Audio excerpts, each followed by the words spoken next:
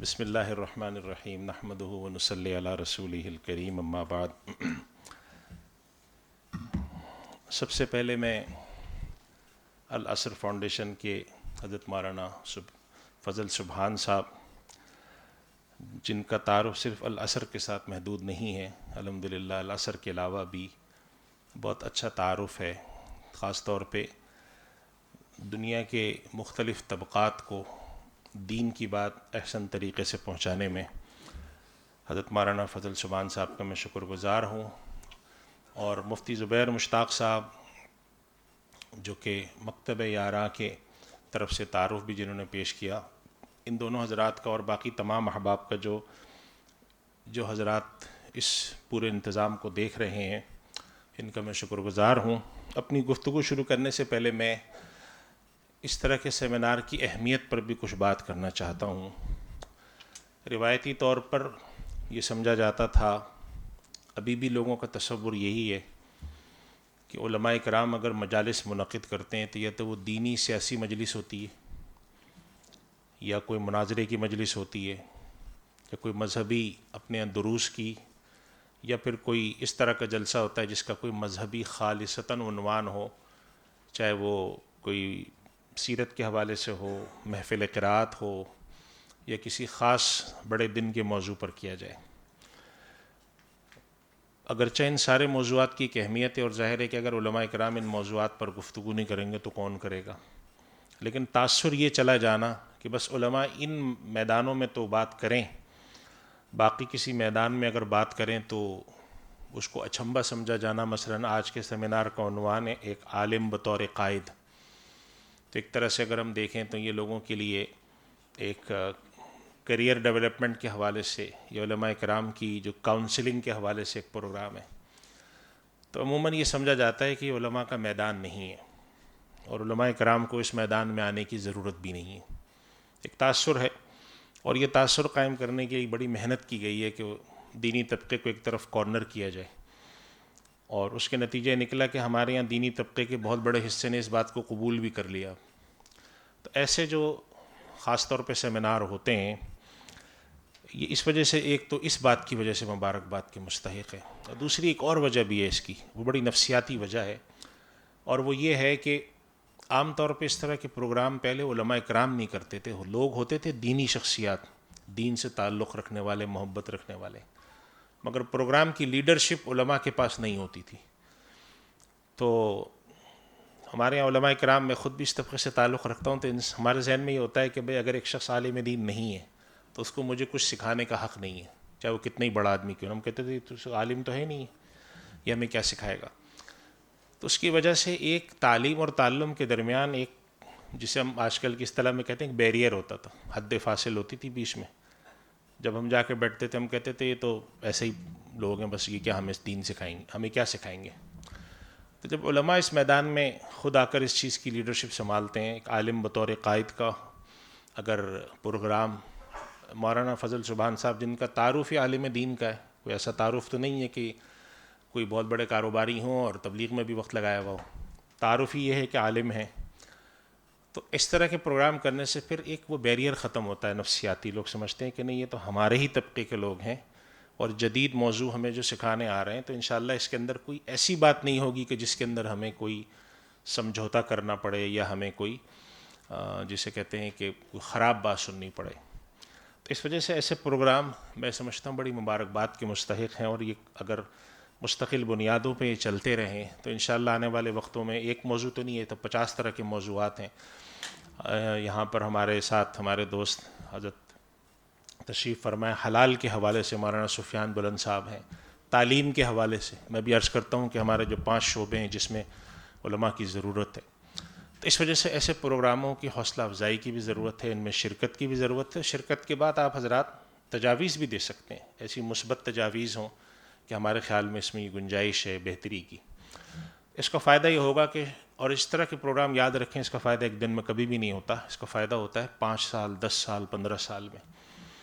آپ سیکھ رہے ہوں گے، آپ کی کچھ باتیں آپ کی اولادیں سیکھیں گی، تو اگر ہم 25 سال کا اپنے سامنے ایک پلان رکھیں تو انشاءاللہ امید ہے کہ آنے والے وقتوں میں بڑی تبدیلی پیدا ہوگی۔ میں ایک مرتبہ ایک پروگرام پڑھ رہا تھا شیل والے، شیل مشہور پیٹرول کا کام کرنے والا ادارہ ہے، اور میرا خیال ہے کہ آج سے کوئی 10 سال یا 15 سال پہلے میں نے ان کا ایک پلان دیکھا جس کے اندر انہوں نے اپنی پلاننگ کی ہوئی تھی سن 2050 کی، کہ ہمیں سن 2050 میں ہم دنیا میں کہاں کھڑے ہوں گے بزنس میں، ہمیں اس کے لیے پیٹرول کے علاوہ گیس کا کام کیسے کرنا ہے، اور جو آج پیٹرول جہاں سے نکلتے آتا ہے اس کا کیا بنے گا، اور جب الیکٹرک گاڑیاں آ جائیں گی تو ہمارا بزنس کہاں کھڑا ہوگا۔ تو آج سے اگر کوئی آدمی سن 2010 میں اس چیز کو سوچ رہا ہے تو اس کا مطلب ہے کہ وہ 40 سال بعد کی سوچ رہا ہے۔ تو عام طور پہ جو بڑے منصوبے ہوتے ہیں ملت کی سطح پہ ہوتے ہیں، اداروں کی سطح پہ ہوتے ہیں، اس کے اندر انسان بڑا بصیرت والا، بڑا بالغ النظر ہونا چاہیے، جسے ہم کہتے ہیں شارٹ ٹرم اپروچ نہ ہو کہ بس آج میرا کام چل جائے۔ اس کے لیے ضروری ہے کہ ہمارے پاس افراد سازی بھی ہو۔ تو اس لحاظ سے یہ پروگرام بہت میں سمجھتا ہوں خوش آئند ہے، اور الحمدللہ ایسے پروگرام اب شروع ہو گئے ہیں۔ اور مجھے یاد ہے آج سے کوئی تقریباً کوئی 2004 کی بات ہے، میں ایک پروگرام میں گیا، طالب علم تھا اس وقت، میں پڑھ رہا تھا، 19 سال ہو گئے اس چیز کو۔ تو جب میں کلاس میں گیا پڑھنے کے لیے تو اتفاق یہ کہ وہ کلاس ایک ٹیچر پہلی دفعہ پڑھانے آئے تھے۔ تو یونیورسٹیز میں ایک طریقہ ہے کہ جب استاد پڑھانے آتے ہیں تو ان کا اسیسمنٹ ہوتا ہے، تو اس کے لیے نا 2-3 استاد آ کے بیٹھ جاتے ہیں ان کے لیکچر میں، اور کچھ نہیں کرتے، صرف سنتے ہیں اور اس کے بعد ایک رپورٹ جمع کراتے ہیں۔ تو جو پڑھانے آئے تھے استاد، وہ یونیورسٹی کے جو ڈائریکٹر اکیڈمکس تھے ان کے دوست تھے، تو انہوں نے شرط لگائی تھی، دیکھو میں پڑھانے، وہ بڑی مشکل سے پڑھانے آئے تھے، وہ کسی بڑی کمپنی کے اندر ملازم تھے، تو انہوں نے کہا تم بہت تجربہ کار آدمی، میں چاہتا ہوں تمہارے تجربے سے کچھ فائدہ اٹھاؤں، تو تم بھی پڑھانے آؤ۔ انہوں نے شرط لگائی کہ دیکھو میرا اسسمنٹ وغیرہ نہیں کرانا ورنہ میں نہیں پڑھاؤں گا۔ خیر وہ پڑھانے آئے، چلے گئے، ڈائریکٹر صاحب کو جا کے شکایت کی کہ میں نے تمہیں منع کیا تھا اسسمنٹ نہیں کرانا، تم نے پھر ٹیچر بھیج دیا۔ انہوں نے کہا بھی کوئی ٹیچر نہیں تھا وہاں پہ۔ کہنے لگے نہیں، وہاں پہ ایک ٹیچر بیٹھے ہوئے تھے۔ کون تھے؟ انہوں نے پوچھا۔ کہنے لگے داڑھی ٹوپی والے صاحب تھے۔ تو انہوں نے کہا وہ ٹیچر نہیں، وہ اسٹوڈنٹ ہیں، چونکہ جتنے طلبہ تھے ان کے مقابلے میری عمر ان سے کم 8 کے 10 سال زیادہ تھی، باقی سارے طلبہ نوجوان بیٹھے تھے۔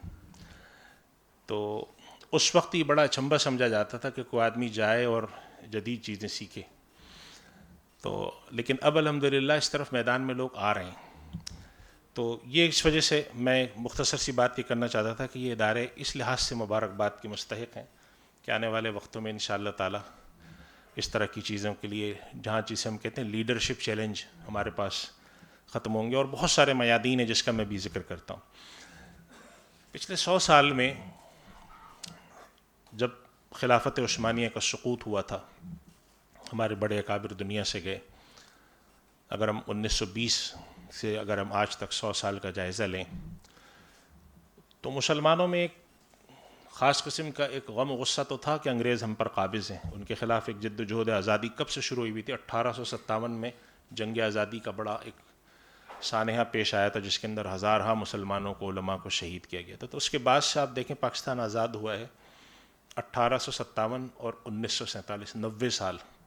تو 90 سال ایسا تو نہیں کہ لوگ خاموش بیٹھے رہے، کوششیں کرتے رہے، جد و جہد کرتے رہے۔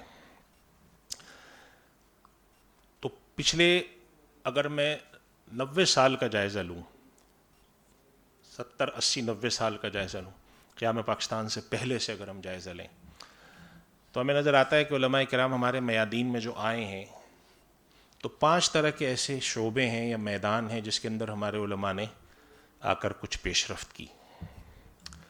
ان میں سب سے پہلا میدان جو ہے وہ سیاست کا ہے، اور یہ میدان پاکستان بننے سے پہلے سے اس میں علماء آئے تھے، چونکہ اس زمانے میں جمہوریت کا رواج آ چکا تھا، اور اسی طریقے سے جسے کہتے ہیں کہ نظریاتی بنیاد پر نیشن بیسڈ، نیشن تھیوری مقبول ہو چکی تھی، قومی نظریہ، اور وہ یہ کہتا تھا کہ ایک ملک میں رہنے والے ایک قوم ہے، چاہے وہ کسی مذہب سے تعلق رکھتے ہوں، کسی نسل سے تعلق رکھتے ہوں۔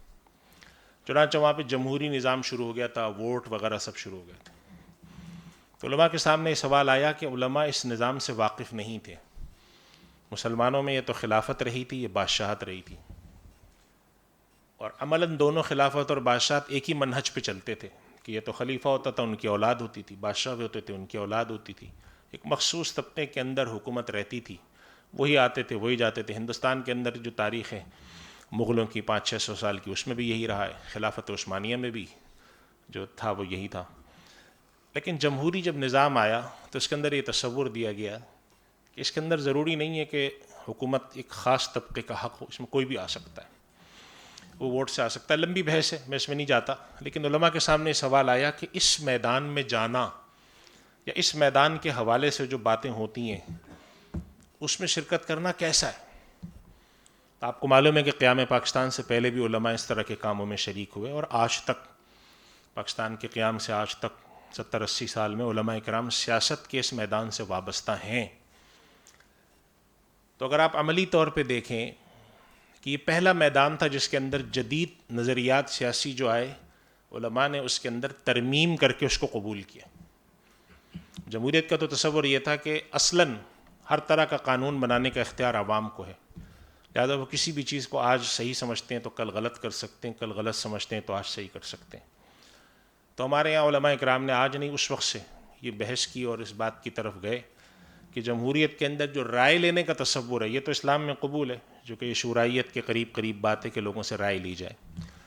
البتہ قانون سازی کا جو مطلق اختیار ہے وہ دین کے قریب نہیں ہے. بعض چیزوں میں اختیار ہوتا ہے انتظامی معاملات میں, اور بعض چیزیں جو دین کے مسلمات اور طے شدہ ہیں ان میں نہیں ہوتا.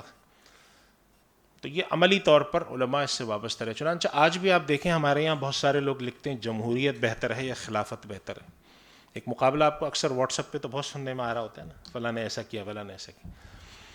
تو علمی مباحثہ اس حد تک تو ٹھیک ہے کہ آپ یہ کہیں کہ ہاں بھئی خلافت بہتر تھی, جمہوریت بہتر ہے یا جمہوریت غلط, لیکن اس کو کفر اور اسلام اور حلال حرام کا مسئلہ نہیں بنانا چاہیے. چونکہ جب ہم کہتے ہیں کہ جمہوریت کفر ہے تو اس کا کیا مطلب ہوتا ہے, عملاً کیا مطلب ہوتا ہے کہ پچھلے 80 سال سے جتنے بھی ہمارے علماء ہیں وہ عملاً کیا ہیں, یعنی وہ سب پارلیمنٹ میں جاتے ہیں نا, بڑے بڑے ہمارے حضرات گئے, حضرت مولانا عبدالحق صاحب رحمۃ اللہ علیہ پارلیمنٹ گئے, حضرت مفتی محمود صاحب رحمۃ اللہ علیہ گئے, اس سے پہلے پاکستان کے قیام کے وقت شریک ہوئے. ریفرنڈم جب ہوا تو ریفرنڈم تو کیا ووٹنگ ہوتی ہے نا, اس کے لیے ہمارے علماء کرام نے جا کر جلسے کیے. تو عرض کرنے کا مقصد ہے کہ یہ پہلا میدان تھا جس سے نظریاتی طور پہ علماء کے ساتھ یہ آیا اور علماء نے اس پر ایک رائے قائم کی. پہلا یہ سیاسی میدان ہے. بس اس میدان میں ایک کمزوری ہے, اور وہ کمزوری یہ کہ اس میدان میں عملاً ہم لوگ بہت آگے ہیں, لیکن علمی اور ایکیڈمکس کے لحاظ سے ہم بالکل پیچھے ہیں. یعنی اگر آپ ہماری جتنی بڑی سیاسی جماعتیں ہیں, دینی ہوں یا جو بھی ہوں, ان سے جا کے آپ یہ پوچھیں کہ چند سیاسی نظریات اور منشور قانون سازی, آئین سازی یہ کیا چیز ہوتی ہے, تو وہ کہتے ہیں کہ ہمیں تو یہ نہیں پتہ, ہمیں اتنا پتہ ہے کہ نعرہ لگانا اور جھنڈا لہرانا یہ مقصد ہے. حالانکہ ایک پورا شعبہ ہونا چاہیے ہمارے یہاں. دنیا میں ایسا ہوتا ہے کہ جیسے ہی وہ پورے کا پورا آئین پڑھ کر اس کے اندر ایک ایک چیز نکال کے رکھتے ہیں, جو میں بھی عرض کرتا ہوں آگے چل کے انشاءاللہ ہمارے سیاسی میدان میں جو لوگ آئیں ان کا یہ شعبہ ہونا چاہیے کہ پاکستان کے آئین میں یہ مسائل ہیں, پاکستان کے قانون میں یہ مسائل ہیں, اس میں ترمیم ایسے ہو سکتی ہے. دوسرا شعبہ جس کی طرف ہمارے یہاں لوگ متوجہ ہوئے وہ تھا معیشت کا میدان, اقتصادیات اور معیشت. اور اس طرف لوگ متوجہ ہونا شروع ہوئے قیام پاکستان سے پہلے سے. اس کی تاریخ ہے 1930-1940 سے مسلمانوں کے دل میں یہ فکر تھی کہ ہم ایک سود کے نظام میں گھرے ہوئے ہیں, اس کا کوئی حل پیش کیا جائے. تو ڈاکٹر حمید اللہ صاحب عثمانی یونیورسٹی والے جو تھے, جن کا فرانس میں انتقال ہوا, انہوں نے اس موضوع پر کام بھی کیا تھا, کچھ لکھا بھی ہے انہوں نے. تو ان حضرات نے یہ کوشش کی اور ان کے زمانے میں جو واقعات ہوئے ان کو جمع بھی کیا انہوں نے, کہ کچھ ہمارے یہاں تجربے ہوئے ہندوستان, متحدہ ہندوستان پاکستان بننے سے پہلے کچھ تجربات ہوئے وہاں پہ, اور لوگوں نے اس طرح کے ادارے بنانے کی کوشش کی کہ جو سود کے بجائے اسلامی اصول پہ کام کریں. 1930-1940 میں, سے 70-80 سال پہلے وہ تجربے ناکام ہوئے. پھر اس کے بعد تجربے ہوئے 1960 میں ہوئے, اور دنیا میں کئی جگہوں پہ ہوئے.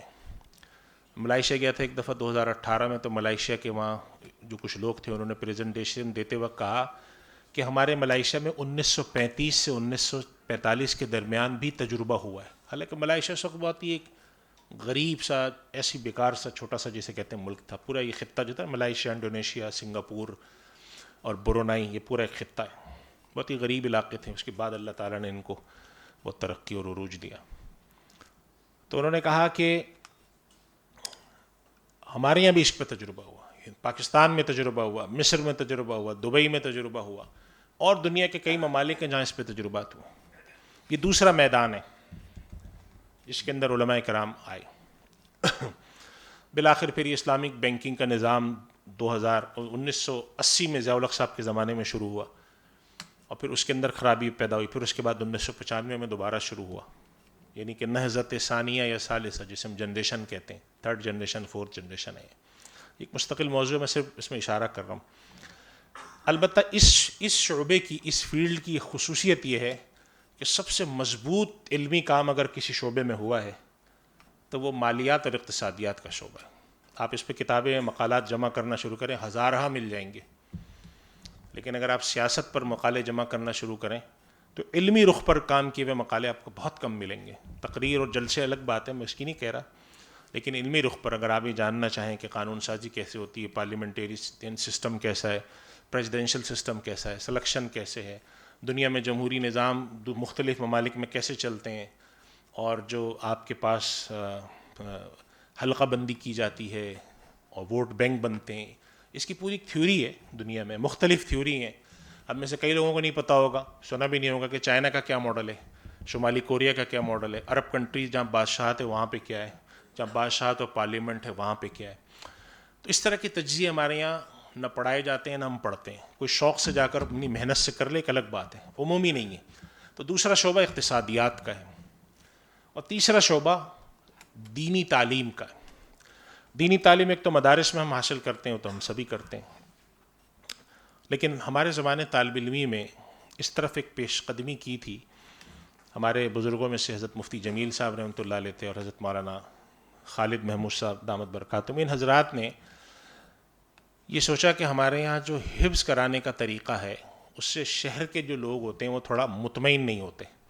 ان کا خیال ہے کہ ہمارا بچہ یہاں آتا ہے, پھر حفظ میں لگتا ہے تو کبھی وہ 2 سال لگتے ہیں, کبھی 5 سال لگتے ہیں. تو انہوں نے وہاں پہ اقرأ روضۃ الاطفال کی بنیاد رکھی. یہ اسلامی اسکول کی اگر میں کہوں, ہو سکتا ہے اس کے علاوہ بھی کوششیں ہوں, لیکن سامنے ہمارے یہی ہے جو میرا خیال ہے 1980 میں اس کا آغاز ہوا, سے کچھ 40 سال پہلے. اور یہ پہلی پیش رفت تھی اس طرف, اور اس کے جو جواب آئے جو اس کی طرف معاشرے کی طرف سے, اس کے لیے خوش آمدید اور ویلکم تھا. اس سے اندازہ ہوا کہ لوگوں میں طلب موجود ہے, بشرطے کہ کچھ منہج بدل کے ان کو چیز پیش کی جائے. میں آگے بھی آتا ہوں کہ ہمارے یہاں جو ویک اینڈ کے پروگرام شروع ہوئے دینی, آپ نے دیکھے ہوں گے نا, دینی مدارس, اور کچھ لوگ جو ہیں وہ ہفتہ اتوار کو اسباق پڑھاتے ہیں, کچھ شام کو پڑھاتے ہیں. تو آپ دیکھیں کراچی, لاہور, اسلام آباد میں کتنا بڑا طبقہ اس کے ساتھ جڑا ہوا ہے, اور ایسے ایسے لوگ جڑے ہوئے ہیں آپ سن کے حیران ہوتے ہیں. بعض پاکستان کے ایسے بینک ہیں جن کے اندر کام کرنے والی خواتین پڑھتی ہیں. آپ اس بینک میں گھسیں تو آپ کہیں گے کہ یہ پاکستانی بینک ہے یا کوئی مغربی بینک ہے. لیکن یہ تبدیلی کیا آئی کہ وہ خاتون پڑھنا چاہتی ہیں, لیکن انہوں نے کہا میں مدرسے نہیں جا سکتی. البتہ اگر ایسی ترتیب, نتیجے کیا نکلتا ہے کہ پہلے وہ پردہ نہیں کرتی, پھر پردہ شروع کر دیتی ہیں, پہلے دین پہ نہیں چلتی, دین پہ چلنا شروع کرتی. تو یہ ہمارا تیسرا جو شعبہ تھا جس کی طرف علماء متوجہ ہوئے وہ تھا تعلیم کا شعبہ, اور اس کے اندر 2 تبدیلیاں وہ لائے. پہلی تبدیلی 1980 میں لانے کی کوشش کی, اور وہ یہ کی کہ اسکول کو اور حفظ کو ساتھ میں لایا, اور لوگوں سے کہا آپ کا بچہ حفظ بھی کر سکتا ہے, اسکول بھی پڑھ سکتا ہے. اقرأ روضۃ الاطفال آیا, بڑا کامیاب ہوا. اب تو اس کے فارغ و تحصیل لوگوں کی داڑیاں بھی سفید ہونا شروع ہو گئی, اتنے پرانے, اور یہ بڑا کامیاب ہوا. انہوں نے پھر کہا کہ ہم آپ کو بچے کو اسکول بھی پڑھائیں گے, اس کے بعد کالج بھی پڑھائیں گے. تو لوگ اس سے خوش ہوئے. اس کے بعد اسی تعلیم کے اندر دوسرا دور شروع ہوا, وہ بنات کی تعلیم کا تھا. بنات کی تعلیم کافی پہلے سے ہوتی تھی, لیکن مجھے یاد ہے ہمارے زمانے طالب علمی میں بنات کی تعلیم کا آغاز ہوا. اب مدرسۃ البنات قائم ہو کر اب تو کتنے بڑے پیمانے پر ہیں. اس شعبے میں تیسری جو پیش رفت ہوئی تعلیم میں جو علماء کے طبقے کی طرف سے کی گئی, وہ یہ شام کے مدارس, ویک اینڈ مدارس, یہ شروع جو کیے گئے. آپ نے دیکھا ہوگا بہت سارے ایسے پروگرام اب تو ہیں ہمارے یہاں کراچی میں ماشاء اللہ ہدایہ اکیڈمی اور اس طرح کی کئی اکیڈمیز ہیں جس سے بڑے بڑے لوگ آ کے وابستہ ہوتے ہیں. کوئی چارٹر اکاؤنٹنٹ ہے, کوئی ڈاکٹر ہے, اور وہ کیا سمجھتے ہیں کہ جی میری فیلڈ میں چارٹر اکاؤنٹنٹ, صبح 9 بجے پہنچتا ہوں, شام 6-7 بجے فارغ ہوتا ہوں, تو میں ہفتے میں آپ کے لیے مثال کے طور پہ 5-6 گھنٹے نکال سکتا ہوں, اس سے زیادہ نہیں. انہوں نے کہا آئے ہم آپ کو بھی پڑھاتے ہیں. پہلے ہمارا طریقہ یہ تھا کہ نہیں, داخلہ لو مدرسے میں اولا سے اور دورے تک پڑھو. تو منہج کی تبدیلی سے یہ تیسری تبدیلی جو علماء نے امت کے سامنے پیش کی, اور اس کو بھی بڑا ویلکم ہے. ہمارے جو حضرات اس سے وابستہ ہیں ان کو اندازہ ہے کہ کتنے بڑے پیمانے پہ لوگ آتے ہیں. تو بنات کی تعلیم کا آغاز کرنا, عام طبقے کے لیے دینی تعلیم کے شارٹ کورسز اور لانگ کورسز شروع کرنا, اور حفظ کو اسکول کے ساتھ ملا کے تعلیم کے شعبے میں علماء کے 3 بڑے انقلابی کام ہیں جو انہوں نے کیے. لیکن تعلیم کے شعبے میں چند ایسے کام ابھی بھی رہ گئے ہیں کہ جس کی طرف مزید ضرورت ہے, اور کام ہو رہا ہے لیکن ابھی مزید ضرورت ہے. لیکن یہ بہرحال ایک شعبہ ہے, تیسرا شعبہ. چوتھا شعبہ جس کی طرف علماء متوجہ ہوئے اور اب الحمدللہ بہت آگے چلا گیا ہے, وہ ہے حلال اور حرام, جسے ہم فقہ الحلال سے تعبیر کرتے ہیں. کھانے پینے کی چیزیں, احکام الذبائح, استعمال کی چیزیں, ادویات, 50 طرح کے مسائل ہیں. آپ کھاتے کیا ہیں, آپ دوائیاں کیا استعمال کرتے ہیں, آپ کے یہاں دنیا میں میک اپ پہلے کم ہوتا تھا, میک اپ بڑھ گیا ہے, سرخی بھی لگاتے ہیں لوگ, عورتوں کو تو چھوڑے مرد لگاتے ہیں, لپسٹک لگاتے ہیں, وہ جو لپ لائنر آتے ہیں بغیر رنگ کی لپسٹک وہ لگاتے ہیں لوگ. تو یہ ایک تیسرا شعبہ ہے فقہ الحلال, بڑھتا جا رہا ہے. ہمارے یہاں بہت سارے حضرات, مولانا سفیان صاحب تشریف فرمائے یہاں پر, یہ اس سے وابستہ ہیں. یہ ایک چوتھا شعبہ ہے جس کی طرف علماء نے خاصی توجہ کی, محنت کی. اسلامی مالیات کے بعد یہ شعبہ ایسا ہے کہ جس کے اوپر علمی کام بہت ہو رہا ہے. سیاست کے میدان میں علمی کام نہیں ہوا, اور تعلیم کے میدان میں بھی علمی کام کم ہوا ہے. یعنی کہ اگر آپ کسی سے پوچھیں کہ آپ نے, ایک ہمارے یہاں ڈگری ہوتی ہے نا, ایجوکیشن کی ڈگری ہوتی ہے, بی ایڈ ہوتا ہے, ایم ایڈ ہوتا ہے, لوگ ایجوکیشن کی سائیکالوجی کے اندر پی ایچ ڈی کرتے ہیں. آپ یہاں پہ ہمارے کسی ساتھی سے پوچھیں کہ آپ نے ایجوکیشن کی سائیکالوجی میں کچھ پڑھا ہے, تو وہ آپ سے سوال پوچھیں گے یہ ہوتا کیا ہے. چونکہ اس طرف ہماری توجہ عملاً تو ہے کہ ہم لوگ ایسے ادارے کھول رہے ہیں, لیکن اس کے اندر سائیکالوجیکلی ہمیں کیا کرنا چاہیے, اس ایریا میں ابھی خاصی کمی ہے. میں سمجھتا ہوں اس طرف ایسے ماہرین ہمارے آنے چاہیے, اور وہ کمی صرف دینی مدرسے کی وجہ سے نہیں ہے. اس کمی کی ایک بڑی وجہ ہے کہ ہمارے معاشرے کے اندر ایسے کاموں کی طرف متوجہ زیادہ ہوتے ہیں لوگ جس کے اندر عوام کی طرف رجوع زیادہ ہو, پیسے آتے ہوں, معاشی طور پر بہتری ہو. اس کے مقابلے میں جو ایسی ڈگریاں ہیں جس کا عملی طور پر معاشرے کے اندر افادیت چاہے جتنی بھی ہو, لیکن اگر ویسے اس کے اندر کمی ہے تو لوگ ادھر جاتے نہیں ہیں. یہ ہمارا صرف علمیہ مدارس کا ہی نہیں ہے, یہ علمیہ ہمارا جو ہے وہ عام دنیا بھی اس کا بھی ہے. اور پانچواں اور آخری شعبہ جس کی طرف ہم متوجہ ہوئے ہیں وہ ہے میڈیا کا. اس کی طرف ہم تھوڑا دیر سے متوجہ ہوئے, اور یہ مسئلہ ابھی بھی خاصا متنازع ہے. لیکن میڈیا کی طرف متوجہ ہونے کے بعد ابھی ہم پہلے مرحلے پر آئے ہیں, اور پہلا مرحلہ یہ ہے کہ ہم نے اپنے ممبر کو مسجد سے نکال کر شفٹ کر دیا ہے میڈیا پہ. لیکن ہے ممبر ہی آج بھی ہمارا. اس وجہ سے بسا اوقات بہت سے پروگراموں کی افادیت نہیں ہے. لوگ کہتے ہیں کہ علماء کرام پہلے ممبر پہ بیٹھتے تھے مائک کے آگے, اب جا کر یہ میڈیا پہ بیٹھ گئے. اس کا مطلب ہے اس کے اندر تنوع پیدا کرنے کی ابھی مزید ضرورت ہے. لیکن یہ بھی ایک بڑا کام ہے, علماء متوجہ ہو رہے ہیں, علماء کی طرف لوگ متوجہ ہوتے ہیں. البتہ یہ کام ایسا ہے کہ اس کے اندر لوگ تھوڑا سا, آپ نے دیکھا ہوگا, اختلاف رائے بھی رکھتے ہیں. لیکن اب یہ مسائل جا کر جو ہے وہ اس پر ایک لوگوں کی رائے قائم ہو رہی ہے کہ اس کے اندر کس حد تک گنجائش ہے اور ہم کہاں تک جا سکیں. یہ 5 ایسے شعبے ہیں کہ ان شعبوں کے اندر اگر آپ دیکھیں پیش رفت علماء نے کی ہے تو لوگ ادھر آئیں. اچھا, اگر علماء کرام پیش رفت نہیں کرتے تو کیا مسئلہ آ کے کھڑا ہوتا ہے, یہ میں سمجھتا ہوں آج میری جو آپ سے گفتگو ہے اس کا اصل خلاصہ اس کے اندر مضمر ہے کہ علماء کرام اگر نہیں آتے تو کیا نقصان. دیکھیں, 2 باتیں ہوتی ہیں. ایک تو جو شخص عالم دین نہیں ہوتا, یا جو شخص دین کو نیچے سے اوپر تک پڑھ کے نہیں آیا ہوتا, وہ اپنے تمام تر اخلاص کے باوجود بہرحال کوئی نہ کوئی کمی کوتاہی تو ان میں رہ جاتی ہے. یہ بالکل ایسا ہی ہے کہ میں اگر عالم دین ہوں اور میں جا کر اگر کسی ہسپتال کے اندر دوائیوں کا کام سیکھ بھی لوں, لیکن میں ایک ڈاکٹر کے برابر نہیں ہو سکتا اگر میں نے میڈیکل کا علم حاصل نہیں کیا ہے. تو بہت سارے مسائل میں کیا کروں گا, کوئی کوتاہی کروں گا, کوئی گڑبڑ کروں گا. نہ میں اس کے کلچر سے واقف ہوتا ہوں, نہ پروٹوکول جسے ہم کہتے ہیں اس سے کسی چیز سے واقف نہیں ہوتا. بس اخلاص میرے اندر ہوتا ہے, لیکن تو اس کا نتیجہ نکلتا ہے کہ میں کوئی نہ کوئی گڑبڑ کرتا ہوں. میں نے دیکھا تھا ایک ساتھی تھے, وہ تبلیغ میں وقت لگایا ہوا تھا انہوں نے. تو تبلیغ میں ہمارے جو وقت لگانے والے ساتھی ہوتے ہیں بعض میں سے بڑے اخلاص والے ہوتے ہیں, لیکن ہوتے سادہ ہیں. اب اگر ان کے پاس کوئی انجیکشن لگوانے آیا تو انہوں نے کہا جی وہ جو انجیکشن تم لگوانا ہے وہ تو ہے نہیں, چلو یہ لگا کے چلے جاؤ. اب لگانے والا بھی سادہ, انہوں نے کہا ہاں ٹھیک ہے لگا دیتے ہیں, کوئی بات نہیں. ڈاکٹر کے پاس گئے, ڈاکٹر نے کہا تمہیں کس نے کہا تھا لگانے کو, نے کہا جی وہ ہمارے ساتھی ہیں. تو انہوں نے کہا آپ کو کیا پتا وہ صحیح ہے غلط ہے؟ انہوں نے کہا ماشاء اللہ بڑے مخلص آدمی ہیں. ہمارا جواب کیا ہوتا ہے؟ مخلص آدمی. تو انہوں نے کہا ان کے اخلاص سے میں کسی کو شک و شبہ نہیں، لیکن یہ فیصلہ کرنا کہ یہ انجیکشن نہیں ہے دوسرا لگا دو، یہ تھوڑی ان کے پاس رائٹ. انہوں نے کہا نہیں آپ. انہوں نے کہا بس جی یہ ڈاکٹر ذات تو دنیا دار ہیں، ان کے اندر سمجھ نہیں ہوتی، کام تو اللہ کرتا ہے. اب یہ ہم نا 3-4 چیزوں کو خلط ملط کر دیتے ہیں. ظاہر ہے اللہ کی ذات کام کرنے والی ہے. اگر آپ سادہ پانی کا انجیکشن بھی لگا دیں، اللہ کو اس میں تاثیر پیدا کرنی ہوگی پانی میں کر دے گا، اور نہیں کرنی ہوگی تاثیر تو وہ اصل انجیکشن میں بھی نہیں کرے گا. لیکن یہ کوئی علمی طریقہ نہیں ہے نا گفتگو کا. تو لوگ اس طرح کی چیزیں ہمارے یہاں، تو جو لوگ آ کر اس طرح کے کاموں سے وابستہ ہوتے ہیں اور ان کے اندر وہ تسلب نہیں ہوتا، وہ چیزیں نہیں ہوتی، تو پہلا مسئلہ یہ آتا ہے کہ بعض جگہ ان سے فیصلہ کرنے میں غلطی ہوتی ہے. اور دوسرا مسئلہ وہ آتا ہے جو میں نے نفسیاتی طور پہ آپ کے سامنے بات رکھی، کہ انسان کے اندر اللہ نے مختلف قسم کی جو تعصبات رکھے ہیں، اس میں ایک تعصب طبقے کا تعصب بھی ہوتا ہے. فطری بات ہے یہ، مطلب کوئی اس پہ غیر فطری بات نہیں. اور وہ طبقے کا تعصب یہ ہوتا ہے کہ میں اگر ڈاکٹروں کے یہاں جا کر ڈاکٹروں کو مشورہ دینا شروع کروں اور ان کو پتہ چل جائے یہ آدمی چاہے ہمارے ساتھ پچھلے 20 سال سے مگر یہ ڈاکٹر نہیں ہے خود، تو میری بات کا وزن کم ہو جاتا ہے. تو جب غیر علماء آ کر کسی میدان میں علماء کو مشورہ دیتے ہیں تو علماء کہتی ہیں تو بیچارہ عالم ہے ہی نہیں، اس کی کیا بات سننی. تو جیسے میں نے شروع میں بھی عرض کیا تھا، تو علماء کے جانے سے اس میدان میں 2-3 فائدے ہوئے.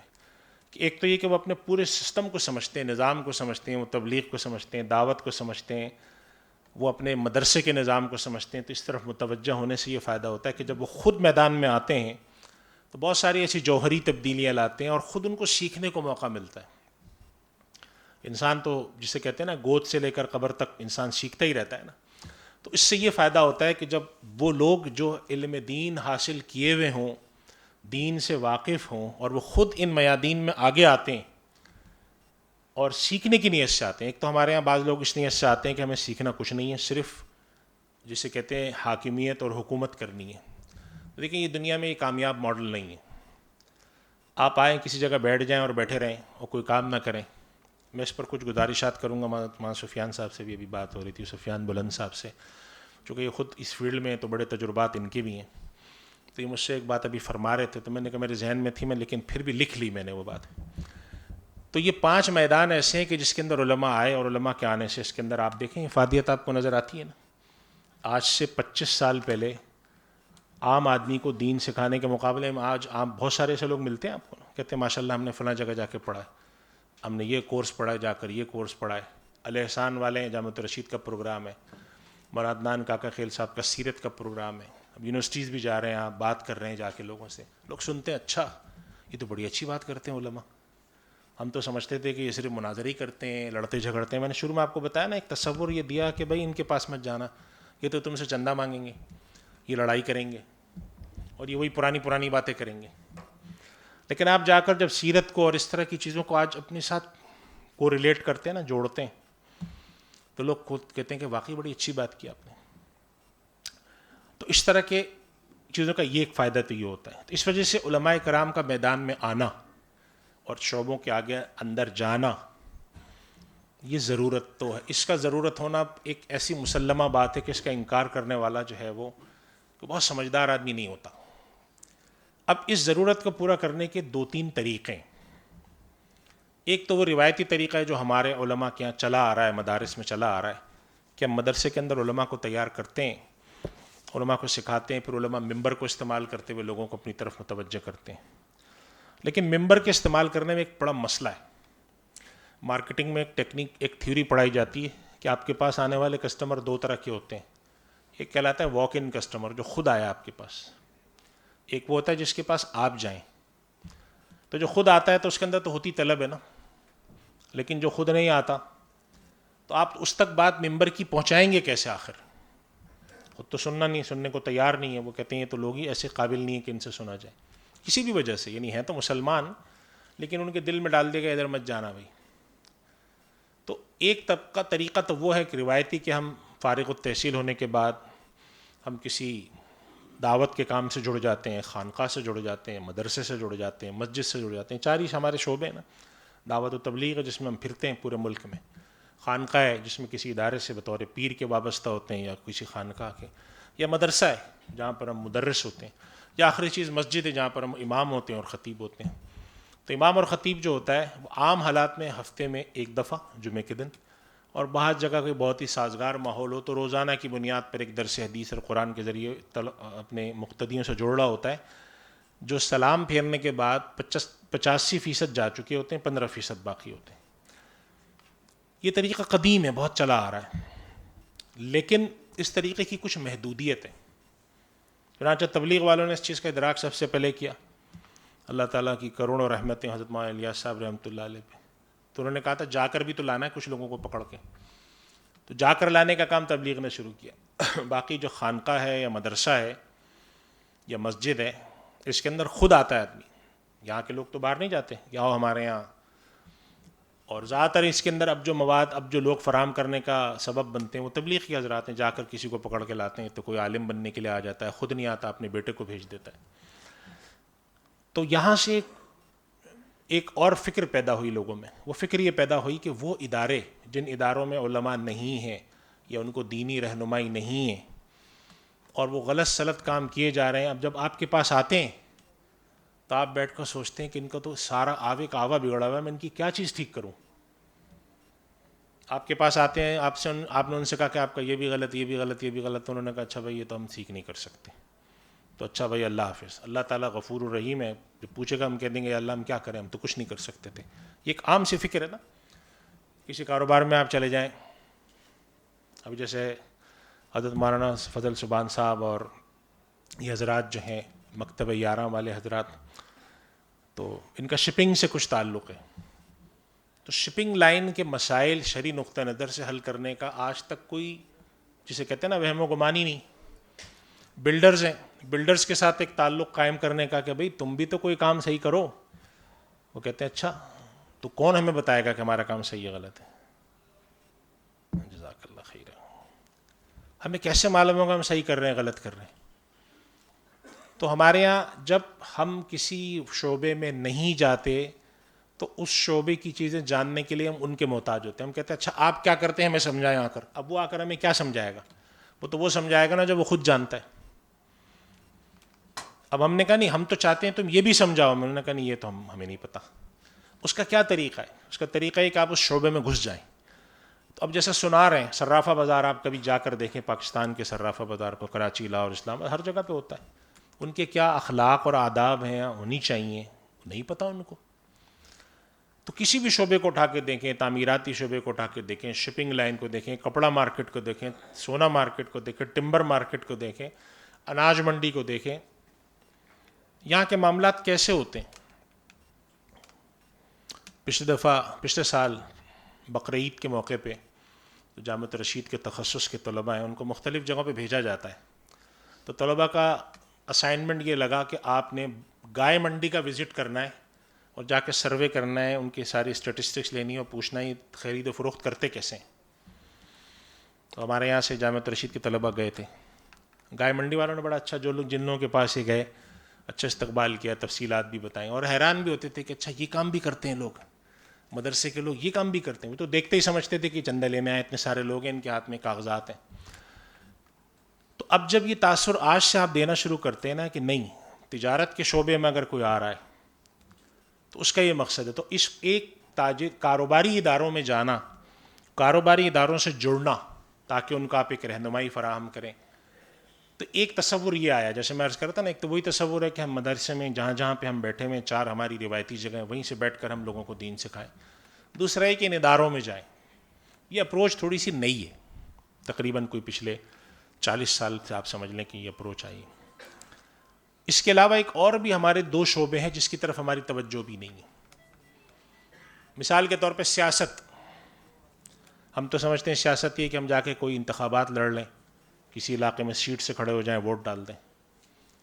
سیاست یہ تھوڑی ہے۔ آپ نے سنا ہوگا انگلینڈ کے اندر ایک بنتی ہے شیڈو کابینہ، شیڈو کا تصور انگلینڈ میں یہ ہے کہ جب آپ کوئی پارٹی جیتتی ہے، اپنی حکومت بناتی ہے، تو جو حزب اختلاف ہیں وہ بھی اپنی ایک حکومت بناتے ہیں، لیکن وہ عملاً حکومت نہیں ہوتی۔ وہ کہتے ہیں یہ ہمارا وزیر خارجہ ہے، یہ تمہارا اصلی وزیر خارجہ تو یہ، لیکن اگر ہم ہوتے تو یہ ہوتا، اور ہم یہ ہوتے تو یہ ہمارا وزیر معیشت ہوتا، اور تم جو کچھ کر رہے ہو اس کے مقابلے میں ہم یہ کرتے۔ تو ایک ساتھ لوگوں کے سامنے آ رہا ہوتا اچھا یہ بات ان کی بات زیادہ صحیح ہے.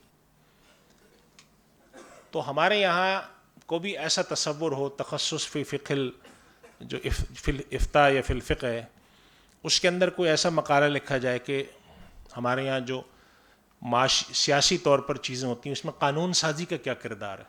ہمارے بہت سارے جو حضرات ساتھی ہیں جو کہ غیر علماء ہیں, بعض علماء بھی ہیں جو کہ لاء پڑھ کے جو اوپر آئے ہیں, لاء لیگل یونیورسٹیز میں جاتے ہیں, انٹرنیشنل اسلامک یونیورسٹی اسلام آباد میں, بڑا افسوس کرتے ہیں, کہتے ہیں ہمارے علماء اس طرف نہیں آتے تو وہ قانون سازی, قانون کو بنانا, قانون کو پڑھنا, قانون کے اندر اصلاحات کی وہ کچھ نہیں پتہ ہوتا ان کو. بس ان کو ایک ہی چیز آتی ہے وہ کلمۃ اللہ ہی العلیٰ, لیکن اس کی تعبیر کیا ہے یہ نہیں پتہ ہوتا, چونکہ اس شعبے کی طرف ہم جاتے نہیں ہیں. جب ہم جاتے نہیں تو اس کی باریکیوں سے واقف نہیں ہوتے. تو ایسے بہت سے شعبے ہیں کہ جہاں پر علماء جائیں اور وہاں جا کر علمی طور پہ اور عملی طور پہ کام کریں تو اس کے اندر بڑی بہتری آ سکتی. اور یہ بات ہم ذہن میں رکھیں کہ نبی کریم صلی اللہ علیہ وسلم کی امت, اللہ کے نبی نے تو خود فرمایا مثل امتی کا مثل المطر, آپ صلی اللہ علیہ وسلم کی امت کے اندر یہ واحد چیز آج بھی موجود ہے 1500 سال بعد بھی, 1445 چل رہا ہے ابھی, کہ امت کے اندر جب آپ دین کے رخ پر لوگوں کو حل پیش کرتے ہیں تو مجموعی طور پہ لوگ ویلکم کرتے ہیں, کہتے ہیں ہاں آپ یہ تو اچھی بات ہے. آپ کچھ تھوڑے لوگ ہوتے ہیں جو اس سے مختلف اختلاف بھی رکھتے ہیں, مجموعی طور پر آپ جا کر کے دیکھیں نہیں طریقہ کاروبار کا نہیں ہے یہ, کہتے ہیں آپ کی بات صحیح ہے ہم کریں گے اس پہ عمل. یہ بات یاد رکھیں کہ یہ دنیا کے اور مذاہب ہیں نا, یہودیت اور عیسائیت, وہاں یہ چیز ختم ہو چکی ہے. وہ کہتے ہیں کہ تم آؤ اور بس صرف رسم و رواج کے تحت جو کوئی عبادت کرتے ہیں کچھ بس یہاں تک ٹھیک ہے, اس سے آگے نہیں ہے. تو آج اگر امت متوجہ ہے اور وہ چاہتی ہے کہ سیکھیں تو اس کے لیے پھر یہاں پر ایک دوسری اپروچ شروع ہوئی کہ نہیں ہمیں ان میادین کے اندر اپنے لوگوں کو ڈالنا چاہیے. یہ شعبے ایسے نہیں ہیں کہ ان کو خالی چھوڑا جائے. یہاں سے دنیا میں تصور آیا شریعہ ممبر, شریعہ بورڈ, ماہر علماء کا. اور جہاں تک مجھے یاد ہے کہ سب سے پہلے 1974 میں آج سے قریب 50 سال پہلے اسلامک ڈیولپمنٹ بینک نے اپنا کوئی اس طرح کا بورڈ بنایا تھا جس کے اندر انہوں نے کہا تھا ہم اختصاصی علماء کو رکھنا چاہتے ہیں. چونکہ دارالفتہ میں جب کوئی چیز جاتی ہے تو اس کے اندر دو بڑے مسئلے ہوتے ہیں. ایک تو مسئلہ ہوتا ہے کہ دارالفتہ میں تو سوال ہر طرح کا آئے گا نا, میراث کا بھی آئے گا, طہارت کا بھی آئے گا. تو وہاں تو ایک فہرست ہوتی ہے کہ جی بس آج ہمارے پاس 15 استفتاء آئیں تو ان 15 کا جواب پہلے ہے, پھر اس کے بعد جو آئیں. تو اگر زیادہ استفتاء آنے لگیں تو پھر فتویٰ آپ کا ملنے میں کبھی 2 ہفتے لگتے ہیں, کبھی 3 ہفتے لگتے ہیں. تو ترجیحات نہیں ہوتی اس میں کہ بھئی آپ کا استفتاء جمع ہوا تھا بدھ کو, تو ہمارا کم سے کم جو دن جواب دینے کے عملی تو ورکنگ ڈیز ہیں وہ 5 ہیں, لہذا آپ کا 5 دن بعد جواب آئے. اب مستفتی آ کے کھڑا ہے کہ حضرت مجھے شام 6 بجے ایک کلائنٹ کے ساتھ میٹنگ ہے, اس کا جواب دینا. ہم نے کہا جاؤ یہاں سے, ہوا کرے تمہاری میٹنگ.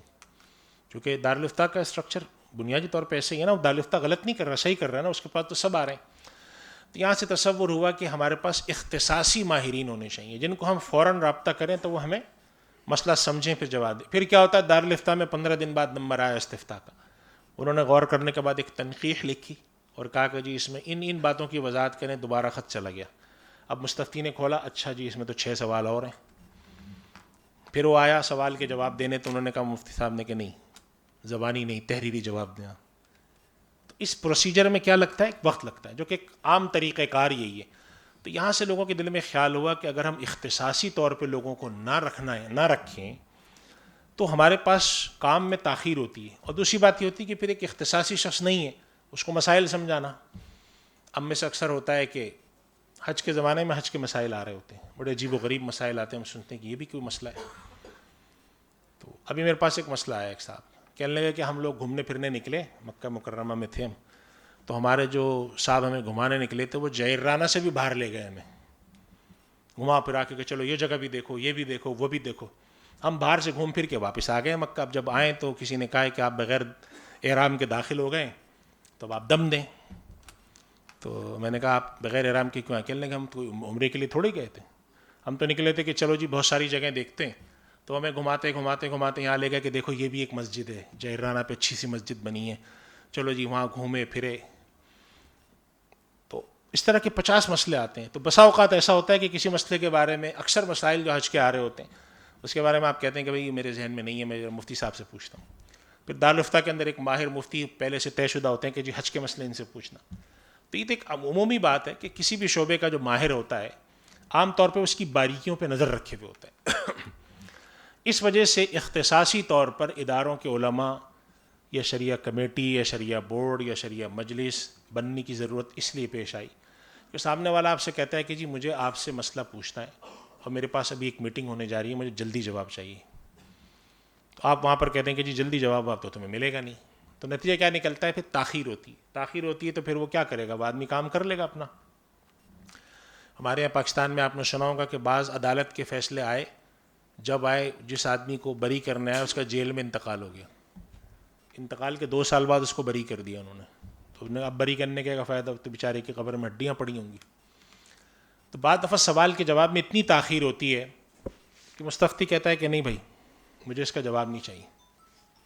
تو اس وجہ سے اختصاصی طور پر ایسے لوگوں کا جڑنا 2 لحاظ سے فائدہ مند ہے. ایک تو وہ جڑے نا چیزوں کی باریکیاں بہت اچھی طرح سمجھ جاتے ہیں جو کہ ایک دور بیٹھا ہوا آدمی نہیں سمجھ سکتا. اور دوسرا یہ کہ پھر وہ مسئلے کے اوپر رائے دینے کے اندر جلدی اویلیبل ہوتے ہیں, میسر ہوتے ہیں. اختصاصی طور پہ ہے نا, اب حلال کے اندر اگر ایک آدمی جو صرف حلال کی چیزیں جانتا ہے وہ سوال آتے رہتے ہیں, جواب دیتا رہتا ہے فوراً. اس کے مقابلے میں دارالفتہ کے پاس جب کوئی چیز آتی ہے دارالفتہ کہتا ہے وقت دیں ہمیں. اس وجہ سے ایک تصور یہ آیا کہ ایسے ادارے جنہوں نے ہمیں شرعی رہنمائی چاہیے, تو جیسے ہر ادارے کا ایک لیگل ایڈوائزر ہوتا ہے, ہر ادارے میں ہوتا ہے جو ان کو قانونی مشورے دیتا ہے کہ نہیں آپ یہ کریں, آپ ایسا کریں. اسی طریقے سے ایک شریعہ کا بھی ہونا چاہیے, کیونکہ شریعہ ایڈوائزر بھی جو ہوتا ہے وہ شرعی قانون کا مسئلہ بتاتا ہے نا. لہٰذا وہ ہونا چاہیے جو کہ ہمیں یہ رہنمائی فراہم کرے کہ بھئی ہمیں کیا کرنا ہے, کیسے کرنا ہے. یہاں سے تصور شریعہ مجلس, شریعہ ایڈوائزر اور ان کا آیا. پھر یہ لوگ آ کر اداروں سے جڑے. جب اداروں سے جڑتے ہیں تو پھر اس کے اندر بہت ساری باریکیاں, مہارتیں, چیزیں سمجھ میں آتی ہیں. آج الحمدللہ ایسے بہت سارے لوگ ہیں, میرے 1-2 ساتھی ہیں, جاننے والے ہیں, طلباء ہیں کچھ, جو سناروں کے خاندان سے تخصص کرنے کے بعد ان کے دل میں آیا کہ جس سناروں کے مسائل میں لکھوں. اب اس کے پر وہ تحقیق کر رہے ہیں, ربا الفضل کے اس کے اندر بڑے احکام آ رہے ہیں, کرنسی اور اس کے مسائل آ رہے ہیں, اس کے اندر اٹھ رہے ہیں. شپنگ کے حوالے سے مولانا فضل سبحان صاحب اور مکتبہ یاران کے حضرات ہیں, یہ اگر اس طرف جاتے ہیں اور ایک رہنما گائیڈ تیار کرتے ہیں کہ جی یہ اصول ہونے چاہیے. اس کے اندر ایل سی کے مسائل آئیں گے, بہت سارے مسئلے آئیں گے اس کے اندر, بل آف لیڈنگ کے آئیں گے, فائنانسنگ کے آئیں گے, آج کل جو کلیئرنگ فارورڈنگ کے اندر سیکورٹی رکھی جاتی ہے اس کی فائنانسنگ کے 50 طرح کے مسئلے نا آپ کے سامنے روز آنا شروع ہوتے ہیں. تو ہر شعبے میں یہ ہے, آپ کپڑے کی تجارت میں جائیں, بلڈرز, آپ پلاٹوں کی تجارت میں گھس جائیں, آپ حیران ہو جاتے ہیں کہ کیا شعبہ ہے. حدیث میں آتا ہے نا ان اللہ کتب الاحسان علی کل شیء, اللہ نے ہر شعبے, ہر چیز کے اندر نا ایک ایکسلنس رکھا ہے. تو جس شعبے میں آپ گھستے ہیں آپ کو نئی باتیں معلوم ہوتی ہیں کہ اچھا یہاں پر یہ بھی ہوتا ہے, یہاں پر یہ بھی ہوتا ہے, اس کو کیسے دیکھا جائے, اس کو کیسے دیکھا جائے. تو اس وجہ سے اختصاصی طور پر علماء کے ان اداروں میں جانے کی جو بعد والی مہم ہے اور نظریہ ہے, میں اپنی زندگی میں اب تک تجربے کے لحاظ سے کوئی 20-22 سال ہو گئے ہیں, میں سمجھتا ہوں کہ یہ زیادہ بہتر اپروچ ہے.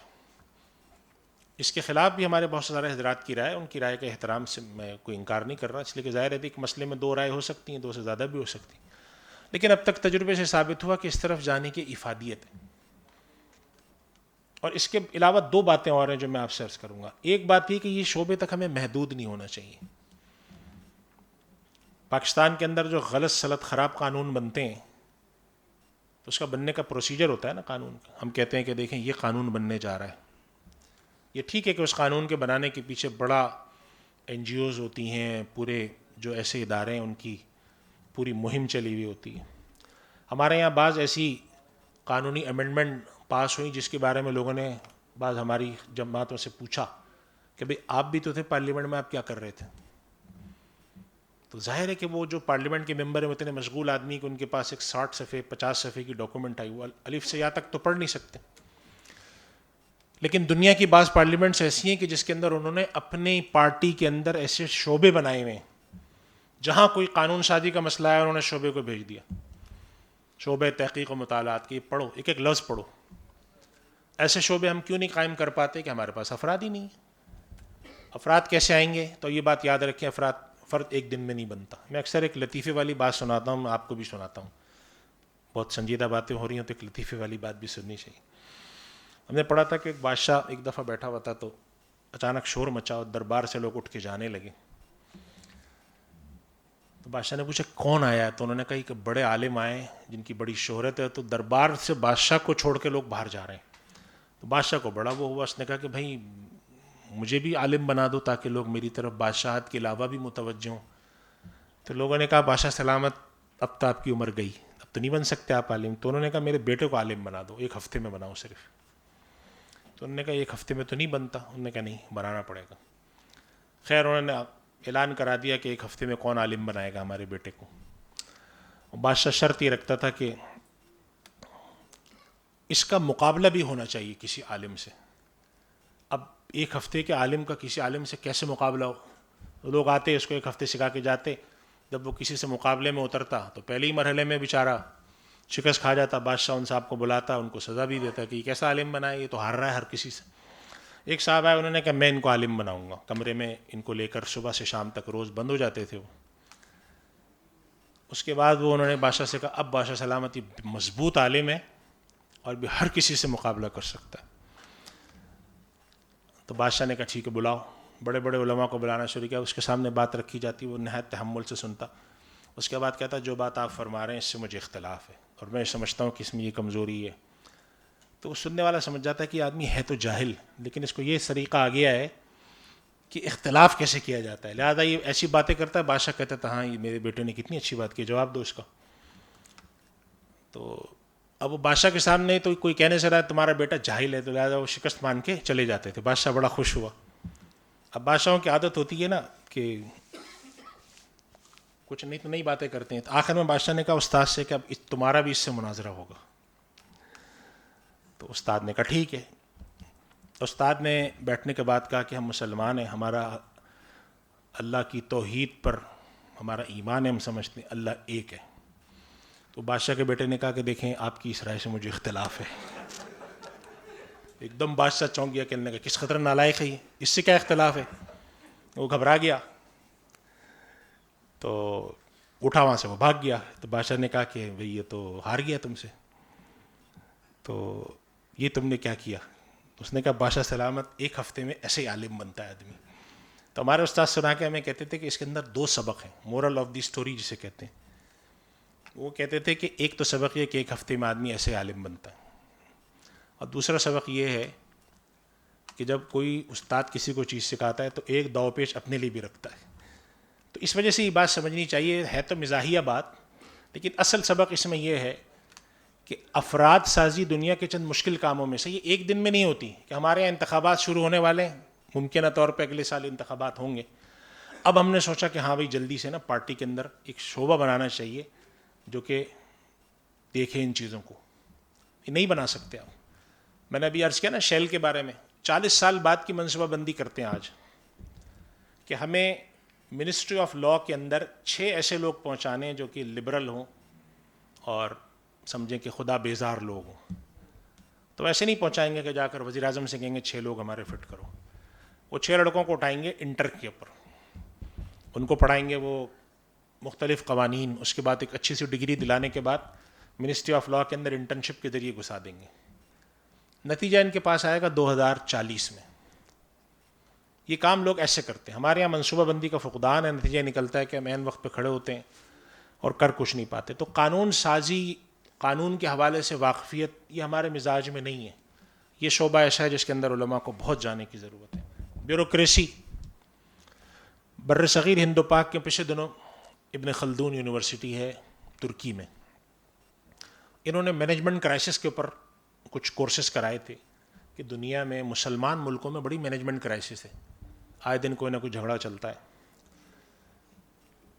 تو ایک ماڈل جو بر صغیر ہند و پاک میں سامنے آیا نا, بر صغیر ہند و پاک کے دینی ماڈل میں, دینی سیاسی ماڈل میں ایک مسئلہ ہے. مسئلہ ہے کہ بر صغیر کے اندر یا تو علماء ہوتے ہیں یا دوسری طرف جو ہوتے ہیں وہ عام لوگ سمجھے جاتے ہیں مسٹر اور ملا کی جو تفریق ہے. اچھا ترکی وغیرہ میں کیا ہوا کہ ترکی میں جو مذہبی سیاسی پارٹیاں ہیں عموماً وہ دیندار سیاستدانوں کے پاس ہیں. ہمارے پاس جو دینی سیاسی پارٹیاں اس کے اندر علماء خود آگے آتے ہیں. اب جب علماء آگے آتے ہیں تو پھر ظاہر ہے آپ نے جو طوفان بدتمیزی سیاست میں دیکھا اس کا ایک سبب یہ بھی ہوتا ہے کہ علماء جب خود آگے آتے ہیں تو ظاہر ہے کہ پھر تو اکھاڑا ہے نا، یہ سامنے والا ہمیں پچھاڑے گا، ہم اس کو پچھاڑ رہے ہیں، ہم اس پہ تنقید کرتے ہیں تو وہ ہمارے لوگوں پہ تنقید کرتا ہے. تو ہمارے یہاں ایسے افراد کے تیار کرنے کی بھی بڑی ضرورت ہے جو بظاہر علماء نہ بھی ہوں لیکن دینی مزاج کے تو ہوں. وہ کم سے کم بیوروکریسی میں جائیں. خود علماء کے طبقے میں سے لوگ جانے چاہیے نا. وہ جاتے ہیں تو وہاں جا کر کم سے کم لادینیت کے آگے ایک بند باندھتے ہیں کہ یہ کام غلط ہو رہا ہے، اس کو روکو. آج تو ہمارے یہاں ایسے لوگ بیٹھے ہیں نا کہ جو اللہ کا نام لو تو جسے کہتے ہیں کہ ان کے چہرے بگڑ جاتے ہیں اور ان کے بھائی یہ کیا تم نے یہاں آ کر باتیں شروع کر دیں.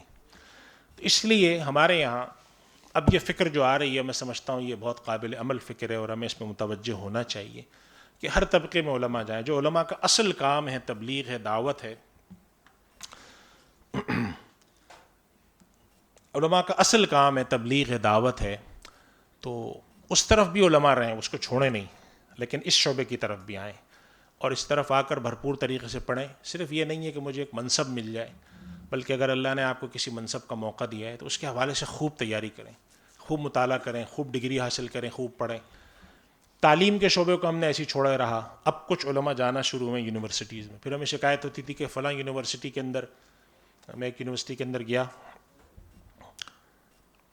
تو وہاں پر ہمارے ٹیچر پڑھانے آئے، کہنے لگے کہ آپ کو میں سیر و مغازی پڑھاؤں گا. اور میں سوچتا رہا بہت دیر تک یہ سیر و مغازی کیا چیز ہوتی ہے. چونکہ اردو میں لکھا ہوا تھا سیر، زبر زیر تو لگتا نہیں اردو میں، تو وہ سیر و مغازی پڑھاتے رہے. 3-4 دن تک پڑھایا انہوں نے سیر و مغازی. پی ایچ ڈی ڈاکٹر تھے وہ. غلطی ان کی نہیں ہے، غلطی یہ ہے کہ ہمارے یہاں اس طرح شعبے پہ توجہ نہیں، تو عربی کا ان کو سمجھ ہی نہیں تھی کہ میں صحیح بول رہا ہوں یا غلط بول رہا ہوں. تو علامہ ابن نجیم رحمۃ اللہ علیہ، ہمارے جو فقہ کے بڑے مشہور صاحب البحر الرائق، ان کو لوگ نجیم پڑھتے ہیں. تو علمی طور پہ مضبوط صلاحیت والے لوگ ہوں، جس شعبے میں آپ جائیں اس کے مطالعات سے کام رکھیں. اور ایک آخری گزارش کروں گا سوال جواب کے سیشن سے پہلے کہ سوشل میڈیا پہ نظر رکھیں مگر اس کے اسیر نہ ہوں. لوگوں کو نا شہرت بڑی اچھی لگتی ہے کہ یہ فلاں آدمی جب بولتا ہے نا تو اس کے نیچے لکھا ہوا آتا ہے 25,000 لائک، اور میں جب بولتا ہوں تو میرے نیچے لکھا آتا ہے 15 لائک. تو یہ 15 سے 25 کیسے پہنچنا ہے مجھے؟ تو اس کے پیچھے نہ جائیں. تو یہ ویسے ہی دنیا کے اعتبار سے بھی غلط ہے اور دینی اعتبار سے تو اور بھی غلط ہے. یعنی کہ شہرت کے لیے تو ہم اگر کوئی کام کرتے ہیں تو وہ تو مقبول نہیں ہے. سوشل میڈیا پہ اوقات کا ضیاع بھی بہت ہوتا ہے. اور بعض دفعہ وہ علم، حدیث شریف کی جو دعا ہے نا، اللہم انی اعوذ بک من علم لا ینفع، اگر آپ کو سمجھ نہیں ہونا کہ علم لا ینفع کیا ہوتا ہے تو اس کا ایک میدان یہ ہے. سوشل میڈیا آپ بیٹھے ہوئے دیکھ رہے ہیں کہ جی فلاں جگہ یہ ہوا، فلاں جگہ گاڑی جاتے ہوئے نیچے گر گئی، ایک کتا چڑھتے ہوئے پھسل گیا. اب آپ دیکھ رہے ہیں 15 منٹ بعد آپ کو خیال آیا کہ اچھا یہ کتا جو ہے نالے میں گر گیا تھا، اس کو نکالنے گاڑی آئی تو پورا 15 منٹ اس میں چلے گئے. اب آپ کو حاصل کیا ہوا؟ کچھ بھی حاصل نہیں ہوا. کیا حاصل ہوا؟ کتا نکلتے ہوئے دیکھا آپ نے پانی میں سے. لیکن یہ عام سی بات ہے. اس وجہ سے اس پہ وقت کا ضیاع نہ کریں. میں یہ نہیں کہتا اس سے غافل رہیں، بالکل پابندی نہیں لگائیں. بعض دینی مدارس میں ہمارے یہاں اس پہ پابندی ہے، ایک حد تک صحیح ہے، لیکن ایک حد تک واقفیت بھی ہونی چاہیے کہ بھئی آج کے دور میں ہو کیا رہا ہے اور ہوتا کیا ہے. اس وجہ سے میں اپنی بات یہاں پہ ختم کرتا ہوں، اور کچھ حضرات ہمارے سوال جواب کے بھی ہیں. تو آخری بات میں عرض کروں گا کہ بینکنگ کے علاوہ، بینک ہے، کاروبار ہے، سیاست ہے، تعلیم کا میدان ہے. یونیورسٹیز کے اندر بھی آپ جائیں اور یہ تاثر نہ پیدا کریں کہ اگر میں مدرسے سے فارغ ہو کر مدرسے میں نہیں پڑھا رہا تو میں خدا نخواستہ غلط کام کر رہا ہوں. اگر آپ مدرسے سے فارغ ہو کر کسی ایسے کام میں لگے ہوئے ہیں جو کہ دین کی کسی بھی درجے کی سربلندی میں ہے تو آپ دین کی خدمت میں ہیں. یہ ایک اچھی بات ہے کہ مدرسے میں پڑھانے سے آپ تدریس و تعلیم و تعلم سے وابستہ ہوتے ہیں. لیکن اگر آپ کسی یونیورسٹی میں جا کر یہ کام کر رہے ہیں تو کم سے کم یونیورسٹی کا مجموعی ماحول دین کا رکھا ہوا ہے آپ نے. وہاں پہ بڑے ایسے فاضل لوگ پیدا کر سکتے ہیں. آپ کسی بیوروکریسی میں چلے جاتے ہیں، وہاں پر جا کے آپ کر سکتے ہیں. بہت سارے شعبے ہیں دین کے، لیکن جو دین کا اصل شعبے ہیں، تعلیم والا ہے، تبلیغ والا ہے، خانقاہ والا ہے، مسجد والا ہے، اس کو پس پش نہیں ڈالنا چاہیے. اس کے اندر بھی فعال رہیں اور جدید طریقوں سے لوگوں کو اپنی طرف متوجہ کریں. ان کلمات پہ، ان گزارشات پہ اپنی بات ختم کرتا ہوں. وآخر دعوانا الحمدللہ رب العالمین. سوال جواب کا سیشن کی بات انہوں نے کہی ہے اور اس کی کیا ترتیب رکھنی ہے بتا دیں. جزاک اللہ مفتی ارشاد صاحب، آپ کی باتوں سے بڑا حوصلہ ملا ہے، اور یہ جو بالکل آخری والی آپ نے بات کی ہے تو ہم میڈیا والے بھی کہیں نہ کہیں دین کی خدمت میں آ ہی گئے ہیں اس زمرے میں. اور یہاں بھی بہت سارے ایسے لوگ موجود ہوں گے.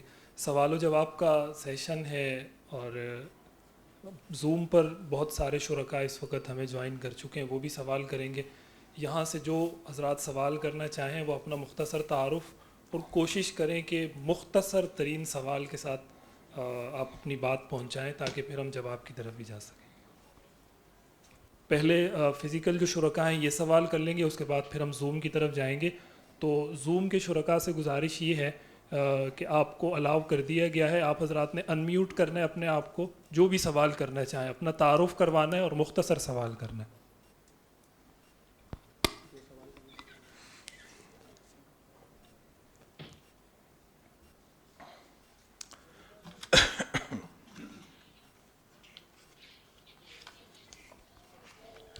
السلام علیکم ورحمۃ اللہ وبرکاتہ. وعلیکم السلام.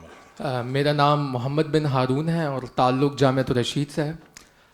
شیخ, میرا سوال یہ ہے کہ جس طریقے سے ابھی آپ نے بات کی کہ علماء کرام کی لیجسلیشن کے حوالے سے اور جو ہے پولیٹیکل اسٹڈیز کے حوالے سے اور اس طریقے سے دوسرے جتنے بھی شعبہ زندگی ہیں اس سے دوری رہی, تو اس کے پیچھے کی کیا وجوہات ہیں, کیا سرکمسٹینسز تھے؟ کیا ان کو اس چیز کا ادراک نہیں تھا, یا یہ تھا کہ ان کو پتہ تھا اس کے باوجود بھی وہ اس کی طرف اپنی نگاہ نہیں لے کے جا رہے تھے؟ اور اس کے علاوہ وہ ایک ہی جو آپ کہہ لیں کہ دینی تعلیم ہے اس کے کچھ خاص پروگرامز کی طرف ہی اتنے زیادہ جمود کا شکار رہے کہ جب چینجز کی جو ہے وہ ایک تبدیلی کی لہر چلی تو اس کی بھی ہمیں دیکھنے میں ملا کہ بہت زیادہ جو ہے نا وہ مخالفت کی گئی. تو اس کے پیچھے کی وجوہات اگر بیان کر سکیں. دیکھیے, میں یہ سمجھتا ہوں اس کے پیچھے کی جو وجوہات ہے وہ کوئی بہت غیر معقول نہیں ہے. اصلاً علماء کرام کا جو میدان ہے وہ تو وہی دین و تعلیم و تعلم ہے نا, کہ وہ کیا کرتے ہیں, وہ دین سکھاتے ہیں, اللہ کا پیغام چاہے قرآن کی شکل میں تفسیر کی شکل میں, نہیں کہ تبلیغ دعوت اللہ کا ہر جگہ پہنچانا, تعلیم اللہ کا پیغام چاہے وہ قرآن حدیث کی شکل میں اس کو عام کرنا, اور ایسے ماہرین پیدا کرنا جو کہ حاملین علم ہو, خانقاہ جس کا کام اصلاح ہے, منبر. تو علماء اصلاً انہی کاموں سے روایتی طور پر جڑے رہے ہیں اور قضا کے منصب میں بھی جاتے رہے. علماء قاضی ہوا کرتے تھے. جب دنیا میں مغربی اقوام کا تسلط ہوا خصوصاً بر صغیر ہند و پاک کے اندر, تو انہوں نے بالقصد اور بالارادہ علماء کے اس طبقے کو معاشرے کی مین اسٹریم سے نکال کر ایک طرف کو دھکیلا. تو علماء کرام خود, اگر آپ دارالعلوم دیوبند کی اور ان کی تاریخ پڑھیں, کہ علماء کرام نے اس وقت یہ ارادہ کیا, اور اللہ کی اس خطۂ زمین پر اللہ کا کوئی بڑا کرم تھا کہ اللہ تعالیٰ نے یہاں پر ایسے ادارے قائم کرا دیے دارالعلوم دیوبند جیسے, کہ آج دنیا کے کسی بھی خطے میں آپ جائیں آپ کو اس کا مستفید شخص وہاں ملتا ہے. آج بر صغیر ہند و پاک کے اندر اگر ہم ہندوستان, پاکستان, بنگلہ دیش, سری لنکا, نیپال, افغانستان کے اندر یہ اٹھا کر دیکھیں کہ اللہ کے آگے سجدہ کرنے والے لوگ کتنے ہیں, تو اگر 50 سے 70 کروڑ سجدہ کرنے والے ہیں تو ان میں سے ہر ایک کے پیچھے ان اداروں کا کوئی نہ کوئی کردار ہے. تو یہ کوئی معمولی کردار تو نہیں ہے. انہوں نے دین کو اتنے سخت حالات میں آخر میں برقرار رکھا. تو اللہ کے نبی صلی اللہ علیہ وسلم کی اس امت پہ جو اللہ کے نبی صلی اللہ علیہ وسلم نے جو بشارتیں دی ہیں اور اللہ کا جو کرم ہے, اس کے بعد ایک مزاحمتی نظام آیا جس کے اندر مستقل بنیادوں پر یہ بات رکھی گئی کہ علماء کے طبقے کو دور رکھا جائے.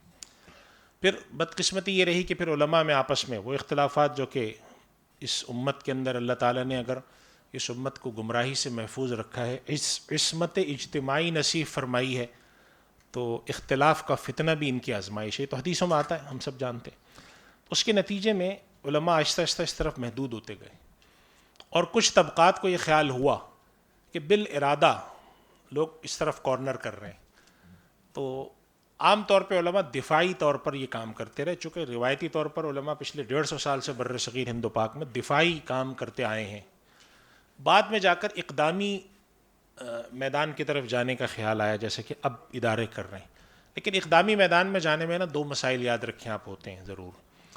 پہلا مسئلہ یہ ہوتا ہے کہ جب آپ اقدامی طور پہ جاتے ہیں تو عملاً آپ ان اپنے شعبوں کو چھوڑ رہے ہوتے ہیں جو ہمارے روایتی شعبے ہیں. تعلیم چھوڑتے ہیں آپ, خانقاہ چھوڑتے ہیں, مدرسہ چھوڑتے ہیں, جزوی طور پر وابستہ رہنے کے اب طریقے آ رہے ہیں آہستہ آہستہ. تو علماء کرام نے اس چیز کو مجموعی طور پہ پسند نہیں کیا کہ ایک آدمی عالم دین بنے اور اپنی روایتی چیزوں کو چھوڑے. تو ایک تو یہ مسئلہ آ کے کھڑا ہوتا ہے کہ آپ اس میں، دوسرا مسئلہ یہ آ کے کھڑا ہوتا ہے کہ بسا اوقات جب لوگ اس ماحول میں جاتے ہیں تو ان کی تربیت اور کردار کے حوالے سے بھی بعض دفعہ کمزوریاں سامنے آ جاتی ہیں کہ وہاں جا کر انہوں نے اپنا لباس بھی بدل لیا، انداز بھی بدل لیا، کردار بھی بدل لیا. لیکن میں یہ سمجھتا ہوں کہ یہ چند چیلنجز تھے آج سے پہلے. آج ہمیں اپنے لوگوں کو تربیت دینی چاہیے. آج آپ انگلینڈ میں جائیں، ایسے لوگ جو کسی بھی مدرسے کے پڑھے ہوئے نہیں ہیں، تبلیغ میں لگے، اور آج وہ انگلینڈ کی یونیورسٹی میں پگڑی باندھ کر بیٹھا ہوتا ہے. ایسے لوگ ملیں گے آپ کو. اس کو اپنی کسی چیز پر احساس شرمندگی نہیں ہے. وہ کہتا ہے یہ میرا یہی لباس ہے. جب تم نیکر پہن کے شرم نہیں کر سکتے تو میں پگڑی پہن کے کیوں کروں؟ یہ حوصلہ جو ہے نا، یہ تربیت سے پیدا ہوتا ہے. تو اب جو ہمارے یہاں ادارے آ رہے ہیں، اب جو کوششیں کی جا رہی ہیں، تو یہ اس رخ پر ہیں. اور میں سمجھتا ہوں کہ علماء میں آج بھی ایسے حضرات ہیں جو کہ اس طرز فکر سے متفق نہیں ہیں، لیکن وہ سارے ہمارے بزرگ ہیں. تو دونوں رائے اگر امت میں موجود ہیں تو دونوں پر عمل ہو سکتا ہے. کچھ ادارے اس طرح کے علماء تیار کرتے ہیں، کچھ اس طرح کے کریں. اور میں ذاتی طور پر ایک بات میں عرض کرنا بھی رہ گئی تھی میرے، کہ ہمارے یہاں دفاعی نظام کی وجہ سے ہمارا مجموعی مزاج جو ہے نا وہ مناظرے کا ہے. مجموعی مزاج، ہر چیز میں ہم ضرور کوئی نہ کوئی لڑائی جھگڑا اور اس کے اندر تنقید پیدا کرتے ہیں. انسان کا ناقد ہونا ایک حد سے جب بڑھ جاتا ہے نا تو وہ عملی زندگی سے کٹ جاتا ہے. یوں ہونا چاہیے، وہ ہونا چاہیے، فلاں ہونا چاہیے. تو بھئی آپ کیا کر سکتے ہیں؟ جی ہم تو کچھ نہیں کر سکتے، تنقید کر سکتے ہیں. یہ نہیں ہونا چاہیے مزاج. آگے بڑھ کر کے اچھا بھائی میں سمجھتا ہوں کہ یہ کام ایسے نہیں، ایسے ہو سکتا ہے. تو اس وجہ سے یہ جو اپروچ میں تبدیلی آئی ہے، تو بعض حضرات کا خیال یہ ہے کہ اگر ہم یہ اپروچ اپنائیں کہ ہم ہر میدان میں اپنے لوگوں کو ڈالیں تو اس سے ہمارے دین کی حفاظت ہو سکتی ہے. پچھلے تجربے سے کچھ چیزیں ثابت بھی ہوئی ہیں. تو میرا خیال ہے کہ دونوں اپروچز میں کوئی اتنا بڑا تضاد نہیں ہے. البتہ ایک ماحول بن جاتا ہے بعض دفعہ. پھر بہرحال علماء کرام بھی، ہم سب بھی انسانی ہیں، تو ہماری کچھ ذاتی چیزیں بھی کبھی کبھی اس میں آ جاتی ہیں، مخاصمات بھی ہوتے ہیں. دل تو نہیں چاہتا کہ ایسے اختلافات ہوں، لیکن پھر بھی ہو جاتے ہیں. تو اب اس کا تو کوئی حل نہیں ہے. لیکن دونوں اپنی اپنی جگہ پہ دونوں فکر ایسی ہیں کہ جن کو ہم بالکل کلیتاً رد کر کے یہ کہیں کہ جو لوگ اس طرف جا رہے ہیں وہ دین فروش ہیں اور جو نہیں جا رہے وہ بدعقل ہیں. یہ اپروچ نہیں ہونی چاہیے. کہنا جب ان کے ذہن میں یہ فکر غالب ہے، ہمارے ذہن میں یہ فکر غالب ہے. دونوں اپنے منہج میں، مناہج کا اختلاف جو ہے اس کو قبول کرنے کی صلاحیت ہونی چاہیے. زوم پر آن لائن شرکاء جو موجود ہیں، ان میں سے کوئی سوال کرنا چاہے تو آپ کی آواز ہم تک آ رہی ہے.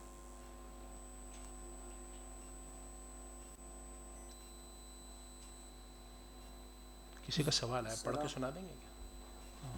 عامر وہاں جا کے دیکھو ذرا، وہاں سے پڑھا جا کے. یہ بھی طریقہ ٹھیک ہے نا، پڑھ کے سنا دیں.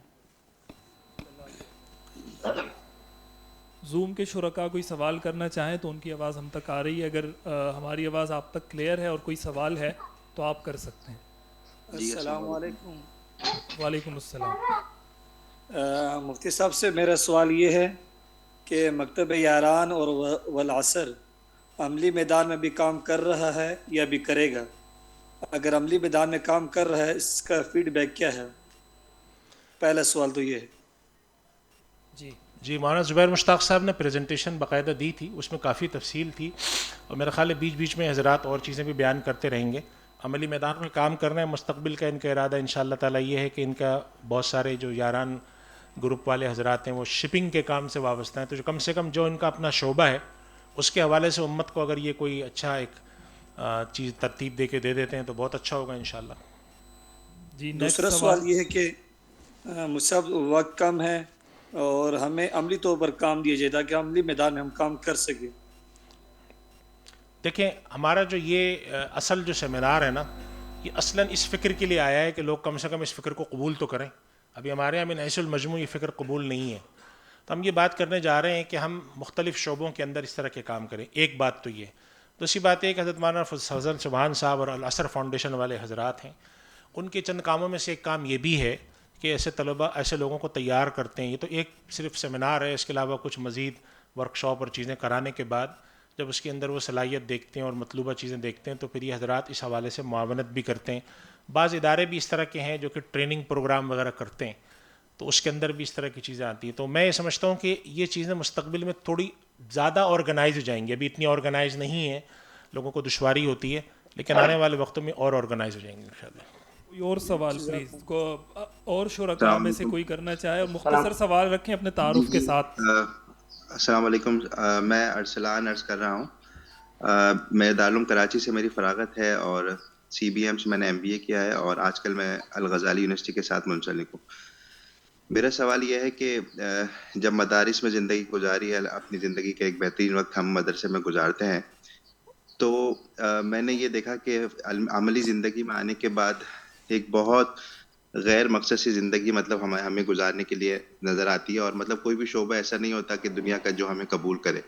اس کے لیے ایک بہت لمبی ایک جد و جہد اور ایک مشکل وقت ہمیں گزارنا پڑتا ہے، جس کے بعد جا کے ہم کسی قابل ہوتے ہیں کہ کسی شعبے میں ہم اپنے آپ کو منسلک کر سکیں، چاہے وہ انگریزی زبان کے حساب سے ہو، چاہے وہ عملی جو ہے وہ کاروباری صلاحیتوں کے حساب سے ہو، یا پھر کارپوریٹ انوائرمنٹ کو قبول کرنے کے حساب سے ہو. تو میرا سوال یہ ہے کہ آیا مدارس کے اندر یہ ترتیب نہ شروع کی جائے کہ طلبہ کو ان کا مطلب ایسا ہدف دیا جائے کہ ان کو فراغت کے بعد واضح ہو کہ ان کو زندگی میں کیا کرنا ہے. اس حوالے سے مدارس پہ کام کرنے کے لیے کوئی ایسا سلسلہ بنانے کی ضرورت ہے. یہ ایک سوال ہے یا ایک وہ ہے، تو اس کے بارے میں کچھ رہنمائی فرمائیں. جی دیکھیں، ہمارے یہاں مدارس میں جسے ہم کہتے ہیں کریئر ڈیولپمنٹ یا اس طرح کا تصور ابھی اس طرح سے رائج نہیں ہے. لیکن یہ جو الازہر کی سیمینار، اب دیکھیں الازہر نے سیمینار کیا اور اتنے سارے لوگ شریک ہوئے نا. آج سے 15 سال پہلے آپ کرتے تو شاید شریک ہونے کے بجائے لوگ بے بھاؤ کی سناتے ہیں ان کو کہ یہ کیا لے کے بیٹھ گئے ہو تم. اس کا مطلب ہے امت میں اب یہ فکر آ رہی ہے کہ ہم اگر اور میادین میں جاتے ہیں دین پر قائم رہتے ہوئے تو یہ کوئی خلاف دین کام نہیں ہے. تو امید یہ ہے انشاءاللہ کہ آنے والے وقتوں میں بعض مدارس نے انفرادی طور پہ یہ کام کیا ہے. امید ہے کہ آنے والے وقتوں میں چیزیں اور منظم اور منضبط ہوں گی. جب آہستہ آہستہ اس طرح کی فکر بڑھتی ہے نا، تو پھر بڑی سطح پر بڑے ادارے بھی سوچتے ہیں، وفاق کی سطح پہ بھی سوچا جائے گا کہ ہم اس طرح کا کام کریں. ہمارے جو اصل شعبے ہیں تعلیم اور تعلم اور دعوت کے، دین کے، مدارس کے، وہ بھی برقرار رہیں، اور ہمارے پاس ایسے لوگ بھی ہوں کہ جو دوسرے شعبوں میں جا سکیں، ان کی مہارات ہوں، ان کی تخصصات ہوں. ایک بہت بڑا شعبہ جس کی طرف میں اکثر کہتا بھی ہوں اور اللہ کرے کہ لوگ متوجہ ہوں، وہ یہ ہے کہ ہمارے یہاں مدرسے سے جب طلبہ فارغ ہوتے ہیں تو عام طور پہ ان کی عمریں 25 26 سال 27 سال ہوتی ہیں. بعض دفعہ ان کو ایک بڑی اعلیٰ قسم کی تعلیم کی ضرورت ہوتی ہے اور وہ نہیں لے پاتے. ہمارے یہاں سے جو PhD لوگ کرتے ہیں بسا اوقات اس سے کہیں بہتر PhD کرنے کے لیے جیسے وہ باہر چلے جائیں، باہر جانے کے بعد وہ ایک کارآمد فرد بن کے امت کی، ملک کی، ملت کی، طبقے کی خدمت کریں. تو اس حوالے سے ہمارے یہاں نا بہت زیادہ واضح نہیں ہے لوگوں کے ذہن. ہمارے یہاں اس حوالے سے اسپانسرشپ پروگرام ابھی نہیں ہے. لیکن یہ سمجھتا ہوں میں کہ نقطۂ آغاز ہے. آنے والے وقتوں میں ایسی آوازیں آہستہ آہستہ مزید توانا ہوں گی، پھر اس طرح کے پروگرام شروع ہو جائیں گے. ہم جو ہمارے یہاں بہت سارے ایسی چیزیں ہیں، بہت سارے ہماری صلاحیتیں ضائع ہوتی ہیں، بہت سارے ہمارے وسائل ایسی چیزوں پہ ضائع ہو جاتے ہیں بڑے بڑے جلسوں پہ، اور جو کہ اپنی جگہ ضرورت ہے، میں انکار نہیں کرتا ہوں ان جلسوں کو، وہ بھی ضرورت ہے. لیکن اس کے ساتھ ساتھ ایک یہ بھی ضرورت ہے نا کہ ہمارے یہاں کچھ طلباء کے حوالے سے اس طرح کیا جائے کہ ہمارے یہاں ہر سال کم سے کم 10 یا 15 یا 20 طلباء اعلیٰ تعلیم کے لیے جائیں گے. وہ دنیا کی کسی اچھی یونیورسٹی میں جائیں گے، وہ چاہے لیگل اسٹڈیز کے اندر PhD کر لیں جا کر اور یہ کر لیں. اور یہ تصور کرنا کہ جو ہمارا طالب علم یونیورسٹی جائے گا وہ بگڑ جائے گا، بے دین ہو جائے گا، یہ تصور اب اتنا مقبول نہیں ہے. ہمارے طلباء کی تربیت اگر ہم نے مضبوط کی ہے تو وہ کہیں پہ بھی جائے ٹھیک رہے گا. تھوڑا بہت زیادہ سے زیادہ کیا ہوگا کہ تھوڑا سا اس کے اوپر فرق آتا ہے، وہ پھر لوٹ آتا ہے. ہم یہ سوچ کر کہ خدا نہ خواستہ یہ خدا خرابی نہ ہو جائے، ہم نہ جانے نہ دیں، اور اس کے نتیجے میں وہ معاشرے کے دھارے سے جو وہ کٹا ہوا ہے مزید کٹتا جائے. تو یہ بہت زیادہ میں سمجھتا ہوں آج کل قابل عمل اپروچ نہیں ہے. اس کے مقابلے میں دوسری اپروچ بہتر ہے. السلام علیکم، میرا نام وقار حسین ہے اور میں مکتبہ یاران میں گروپ مینیجر HR ہوں. میرا سوال یہ ہے کہ ایک تو اداروں کو ضرورت محسوس ہوتی ہے تو وہ علماء کو ہائر کرتے ہیں اور اپنا ایک شعبہ بنا لیتے ہیں شریعت ڈپارٹمنٹ کے نام سے. لیکن شخص 30 سال سے کاروبار کر رہا ہے یا 25 سال سے کر رہا ہے، لیکن اس کا ذہن اس طرف نہیں گیا، یا وہ اس شعبے کی یا علماء کی ضرورت یا جو تخصص کرنے والے حضرات ہیں ان کی ضرورت یہ سمجھتا ہی نہیں ہے کہ میرے ادارے میں اس کی ضرورت ہے. تو کیا ایسا شعبہ یا ایسے افراد تیار کیے جا سکتے ہیں جو کہ جا کے جیسے ہم پروپوزلز لے کے جاتے ہیں، تو کیا پروپوزل لے کر جائیں اور اداروں کو ہم اپروچ کریں کہ آپ کے کاروبار کو، آپ کو آگے بڑھنے کے لیے علماء کی، دین کی، دینی جو ہماری تعلیمات اس کی ضرورت ہے، تو کیا ہم اس طرح کی واک ان جا سکتے ہیں پروپوزل؟ دیکھیں اس میں دو باتیں ہیں. یہ جو پروپوزل لے کر جاتے ہیں نا، عام طور پہ پروپوزل جو ہوتا ہے وہ کسی سروس کا ہوتا ہے. آپ جو بات فرما رہے ہیں نا وہ ایک فکر پیدا کرنے کی ہے. میں سمجھتا ہوں کہ فکر پیدا کرنے کے لیے تو ہمارے اس طرح کے سیمینار اور اس طرح کی چیزیں، دیکھیں آج سے 15 سال پہلے لوگ یہ سوچتے ہی نہیں تھے کہ ہمارے کاروبار میں کوئی حلال حرام بھی ہوتا ہے. تھوڑا بہت سوچتے تھے، مسجد امام صاحب سے پوچھ لیا، کسی دوست سے پوچھ لیا. آج لوگوں کو اپوائنٹ کرتے ہیں. تو یہ فکر آہستہ آہستہ توانا ہوئی ہے. ہمارے یہاں بہت سارے ایسے کاروبار کے لوگ ہیں کہ آپ جب جا کے ان سے کہتے ہیں کہ مفتی صاحبان سے کہتے ہیں یار مفتی مولویوں کو اپنے گھر میں نہیں گھسنے دو, بس ایسے ہی ٹھیک ہے, ہر سال عمرہ بھی کرتا ہوں, مدرسوں کو چندہ بھی دیتا ہوں, بہت ہے. یہ فکر آہستہ آہستہ پیدا کرنے کی ضرورت ہے. ایک تو یہ بات ہے. دوسری بات ہے کہ پروپوزل بھی لے کر جا سکتے ہیں اور ان کو جا کے سمجھایا بھی جا سکتا ہے. دونوں طریقے اپنی اپنی جگہ صحیح ہیں اور دونوں طریقے سے متوجہ کرنا چاہیے. اور آہستہ آہستہ لوگ متوجہ ہوتے ہیں جب آپ جا کر ان کو کہتے ہیں. اور بسا اوقات لوگ متوجہ جب ہوتے ہیں کہ جب وہ سمجھتے ہیں کہ بھئی یہ جو پروپوزل لا کے دے رہے ہیں نا یہ تو پریکٹیکلی بڑا آسان ہے. مجھے یاد ایک مرتبہ میں اپنے بینک میں بیٹھا تھا, 2008 کی بات ہے, تو پاس کال آئی کہ ایشین ڈیولپمنٹ بینک کا ایک ڈیلیگیشن آ رہا ہے ملنے کے لیے. ہم نے کہا آ جائیں ملنے کے لیے. آ رہے تھے وہ کسی اور سے ملنے, مجھ سے ملنے نہیں آ رہے. تو ان کا پھر فون آیا, کہنے لگے کہ خاتون ہمارے ساتھ ہیں. تو انہوں نے کہا آ جائیں. پھر ان کا دوبارہ فون آیا کہ وہ خاتون کسی قسم کے برقعے میں آئیں اور بیٹھنے کی جگہ کیسی ہے, زمین پر بیٹھنا ہے. اس زمانے میں نئے نئے بنے تھے. تو وہ جو صاحب تھے وہ زندگی میں کسی اسلامی بینک نہیں گئے تھے. تو انہوں نے سوچا کہ وہاں جائیں گے تو بڑا خانقاہی سا ماحول ہوگا, سفید چادریں بچھی ہوں گی اور خاتون کو کہیں گے جاؤ باہر جا کے بیٹھو. تو لیکن اب کیا ہوا کہ پھر لوگوں نے آ کے بہت ساری چیزیں سیکھی کہ نہیں, ایک کاروباری ادارہ جو ہے وہ ایک الگ طریقے سے چلتا ہے, ایک تبلیغ اور دعوت کا ادارہ, ایک مسجد الگ طریقے سے چلتی ہے. تو اس سے ہوا یہ کہ لوگوں نے بہت ساری چیزوں کو سیکھ کر کہا اچھا ہم تو سمجھتے تھے کہ اگر دین پر چلنا ہے تو ایسے چلنا پڑے گا. تو ہم نے کہا نہیں, وہ جو ایک دعوت کا مزاج ہے کہ آپ آئیں اور سادہ طریقے سے زمین پر بھی سوئیں, دال چاول کھا لیں, تو وہ تو ایک دعوت کا مزاج ہے نا. دائی کو یہ بنایا جاتا ہے کہ سادہ سے سادہ زندگی بسر کرو. لیکن اگر آپ ایک کاروبار کرتے ہیں تو کاروبار کے اندر اگر آپ ایک جائز حدود میں رہتے ہوئے کچھ چیزیں کرتے ہیں تو اس میں کوئی مذائقہ نہیں. تو میرا خیال ہے یہ چیزیں آنے والے وقتوں میں انشاءاللہ بہتر ہوں گی. لیکن آپ کی تجویز بھی صحیح ہے, پروپوزلس کے ذریعے بھی ایسے پروگرام رکھ کے بھی اپنے شعبے میں انشاءاللہ ان چیزوں کو بہتر کیا جا سکتا ہے. وآخر دعوانا بہت الحمدللہ شکریہ جناب مفتی ارشاد احمد اعجاز صاحب.